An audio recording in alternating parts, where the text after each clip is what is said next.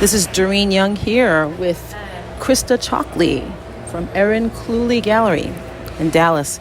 And I just wanted to talk briefly about some of the pieces that you had here. They caught my eye, and they're, because they're people that are of color and ethnic, but also because of the contrast and some of the cutouts. It just seemed eclectic and interesting. Maybe you could talk to me a little bit about it, if you don't mind. Sure.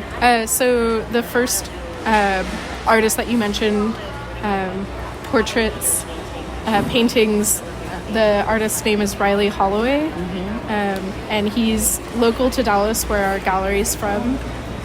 He's a self-taught artist, and he started really young because one of his parents was an artist.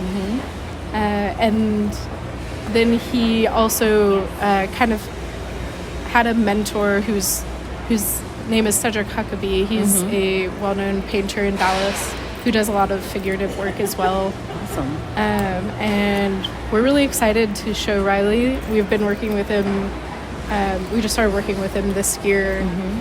And he's really talented. His painting technique is so beautiful, and he mostly paints people that are close to him. And you can really tell that intimacy in the works. I do see that. There's a fondness for the characters. You can see that by the way he treated the work. So this is very nice, and I love the fact that he's self-taught too. Yeah. Maybe we can let Ms. Absolutely. Cluley join the conversation Yeah, sure. for just a moment. Excuse me, I'm sorry. Hi. No, I was just asking just in general about the combination of pieces that you have. It's somewhat of an eclectic set of pieces, you know, these and the cutouts and Yeah.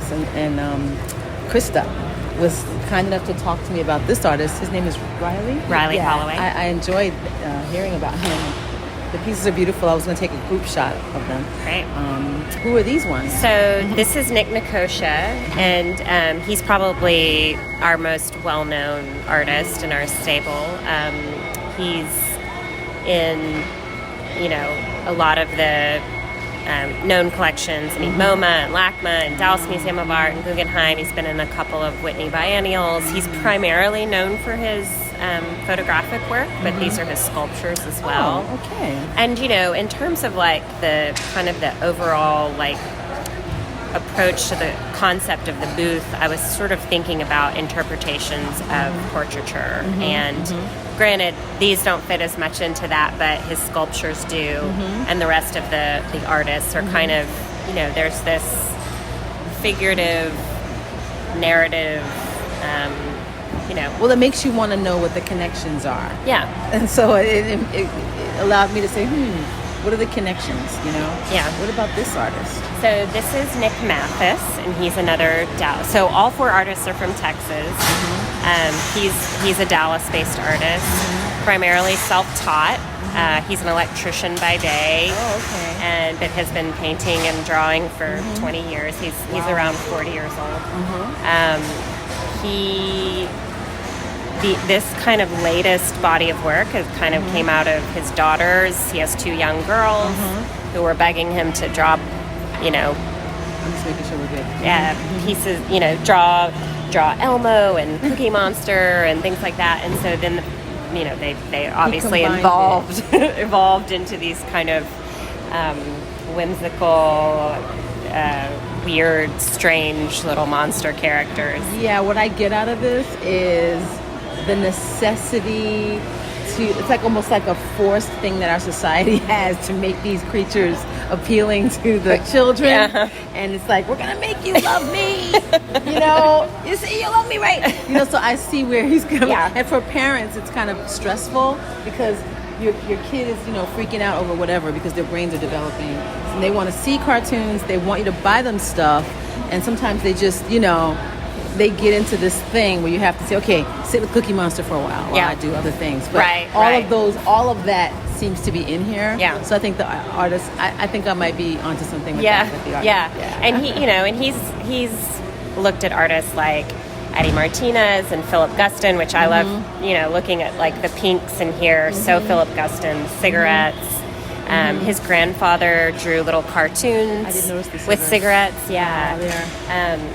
And he vowed to himself that he was never going to put cigarettes in the paintings, and then like all of the characters ended up with multiple cigarettes. So I think that's, I mean, you know, I think it's a lovely like connection to what he obviously was exposed to, you know, growing up, all and of it in and one you know, shot. and to his father's creativity too, Yeah. for his grandfather. So. Yes. His grandfather painted, you said. I think he was also, you know, I don't know if he was an electrician, but he drew little cartoons and things. I don't, you know, total hobby. I don't think it was a profession, but he was certainly exposed to it. Nick was. So. Well, this is interesting. And I like the use of the sunflowers in that piece also. And now I will say, people have seen a skull and eyes, which I did not ever see, and I don't think that was the artist's intention. But in terms of like, I don't know if it's because they were seeing it in relation to this work, like how it seemed like a face to a lot of people. Right. It doesn't seem that way to me at all. Eyes. And I see that. I don't. Oh yeah, because of the teeth. Because of the but that's chair, a perspective which thing. It is, and I think see maybe it has something to do with it being. Oh, that's funny. In relation to That's all this funny. other work, I don't know, but I was like, no, that wasn't his intention. I've never seen that before, but. There it is. But these have a really beautiful surreal quality to them. He's known for his staged photography and kind of manipulating these environments. Yes. It's interesting. And then did you see Taylor Barnes? Yeah, I saw a bit of it, but not. So she's another young artist. She graduated from the University of North Texas just recently with her MFA. She studied under one of her mentors was Annette Lawrence, who is a pretty well-known Texas African-American artist. Overarching concept in her work is, you know, experiences as a young Black female. These particular works, she's thinking about, you know, self-reflection and introspection, but also like permission in life and kind of what that means from her perspective as a Black woman. And she has a fibrous background and a ceramics background, so I think she has this really beautiful like sculptural approach to image making. So they're really like tactile. She's using charcoal on raw canvas.